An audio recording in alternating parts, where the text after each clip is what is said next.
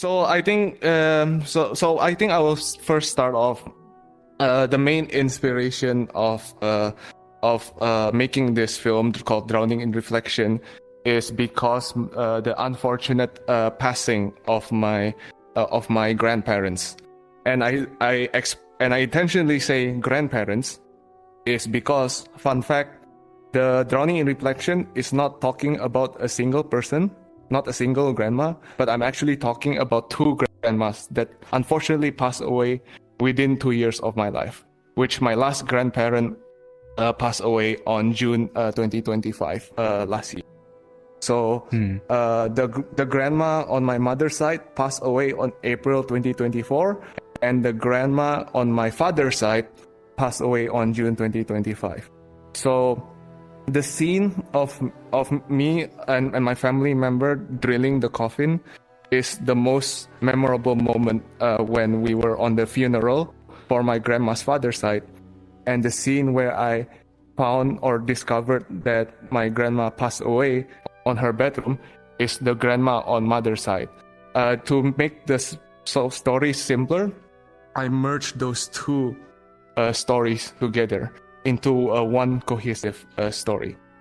And I'll be honest, like when I lost my grandmother on the June 2025 last year, that was my last grandparents that sadly passed away. So during that month of June, I still remember during the funeral, I have like a Google document on my phone, and I just write all my feelings at that time.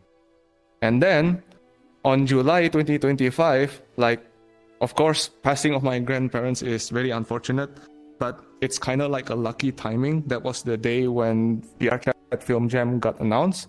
So when that got announced, I was like, oh shit, I have something to talk about that happened to me like very recently. So on the last part on the film, as you watched earlier, I want to give like a very simple message to everybody that even though like me, I already like tried my best, knowing that my grandparents is like very old, I already tried my best to spare time with them. Even after that, I still feel like a little bit like it's not enough. The time is not enough. So I just like want to give like a very gentle reminder to people that still have their grandparents to try to make an effort to spend time. And that is the main inspiration of the film. Thank you for sharing, and thank you for sharing such a vulnerable experience as well. That is also very relatable to many. I have one more question, and then I want to open to audience questions, and it's to you, Luxifinity. Something that really struck me in the piece is the mixed media scene and how you use 2D animation. And it made me curious to ask where that came in your creative process. Did you know that you wanted to do 2D animation very early on and have certain imagery in mind, or was that something that came more in the editing process?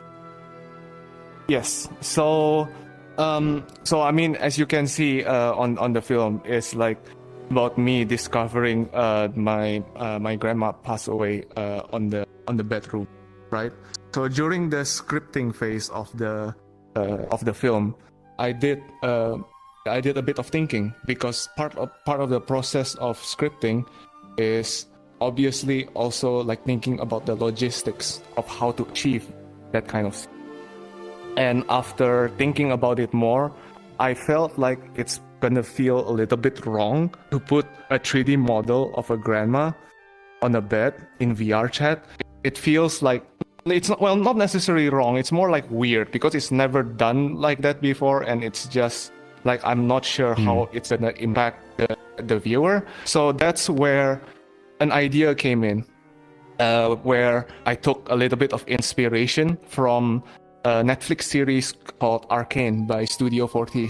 I think that's a very popular animation series in Netflix last year, and there was a similar scene where the character Caitlin also did a funeral in that animation series, and it's also done the same way, where there is a 2D art layered on the background with the 3D model of the character in front of it. So that's how the concept got developed initially. And then to answer directly your question about how it came to be, so the voice lines during that scene was thought first during the screening process.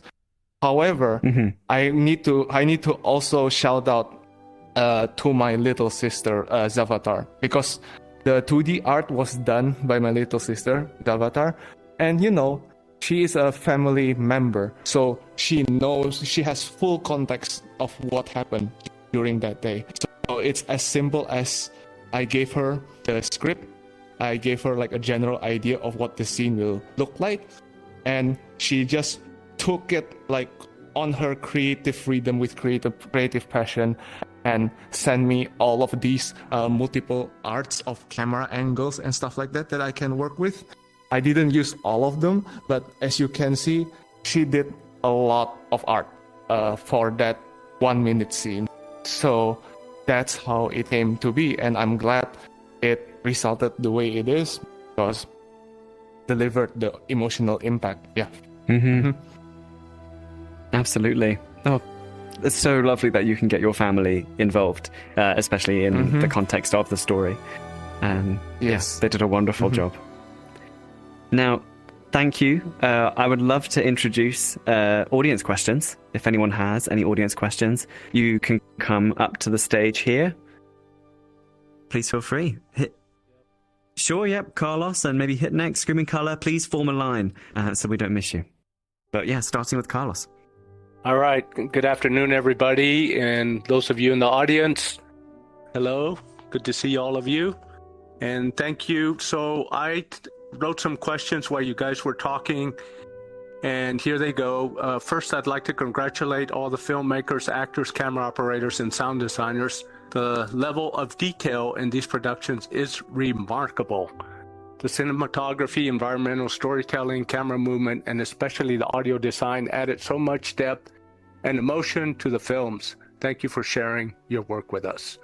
I noticed that many of the films have a strong sense of melancholy, loss, and sadness. Was this a conscious theme that emerged from the creators, or do you feel that it reflects something about the current moment in society, the VR chat creative community, or your own personal experiences? I'm curious as to why so many of the stories gravitated towards these emotional themes. Question number one. Okay. Jeff, do you want to start Luxifinity? Yeah, and then we can go to Ghost the Inquisitor. Yeah, my answer is really simple, which is the film, the script is literally my raw emotions. So it's literally 100% of what I wrote in that document during the funeral of my last grandparent. So it's just literally just like that. It's that simple. Yeah. I also would like to express my condolences for the loss of both of your grandparents, and I'm so sorry for that. I was curious, what country and culture are these people using to seal the coffin, because this is something new to me. I came from Indonesia, and the culture is Chinese descendant. I'm an Asian Chinese in Indonesia. So during the funeral, I went to an island called Batam in Indonesia, and it has a very strong Chinese Tiongkok like culture, and that's where that the drilling part, and how the person that needs to be drilled to do the drilling is the oldest male in the family. It's from the Chinese culture. Wow, that's that was new information to me. And thank you to all the filmmakers out there. You guys are beautiful. Thank you. Love and peace. Thank you. Thank you so much. Carlos. Thank you. Screaming Color, yeah, please. Those were so beautiful. It was so, they were just absolutely gorgeous. Quick, just a couple bullet points. First off, Life is Strange 2, that is my favorite game of all time, and I would not be here with you guys if I had not played that game. That's what made me want to make games. So, and when I saw the style, I told my friend, this was days ago, I saw the trailer, I was like, that looks just like the game I showed you, right? So I love that.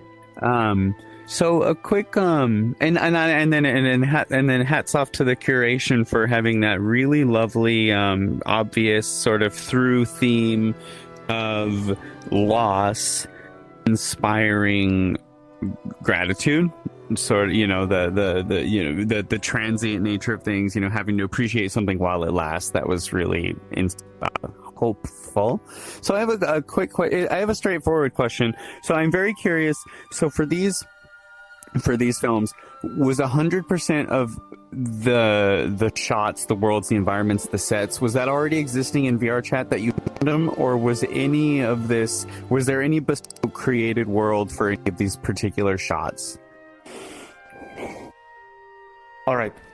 Okay, to start first, on the world side of Drowning Reflection is a mix of both. The funeral scene where there's the coffin, that one is custom made scratch by me. Obviously, it's sorry, scratch is inaccurate. It's more like an asset flip. So I bought a lot of assets and then put them together into one custom world. And then, but the rest of the scenes is like from an existing VR chat world that I found. And then on the avatar side, it's actually very simple. I literally tell all of my actors, hey, just use something appropriate for a funeral. And the way they dress during that film is their own creative vision and creative freedom. That's cool. Yeah. Yeah. That's a nice detail. Thanks. I'm so glad you asked that question, Vinny. Yeah, it's technically really impressive. Fondi, our last question, and then we will be moving on. Hello, I have one question for all of you. Clearly, you've all spent a lot of time working on these projects. Tomorrow, you wake up a week before you ever started thinking about these projects. Would you go through the process of recreating them to make sure they exist in the world, or would you move on to another project? Put you on the spot a little bit. That's a great question. Sorry, but to be honest, I a little bit don't understand the first part. Can you repeat it? I'm so sorry. Yes. Yeah. You go back basically in the past before you made the film. Would you remake it because it's that important to be in this world, or is it too long ago or not important enough and you can move on to the next thing?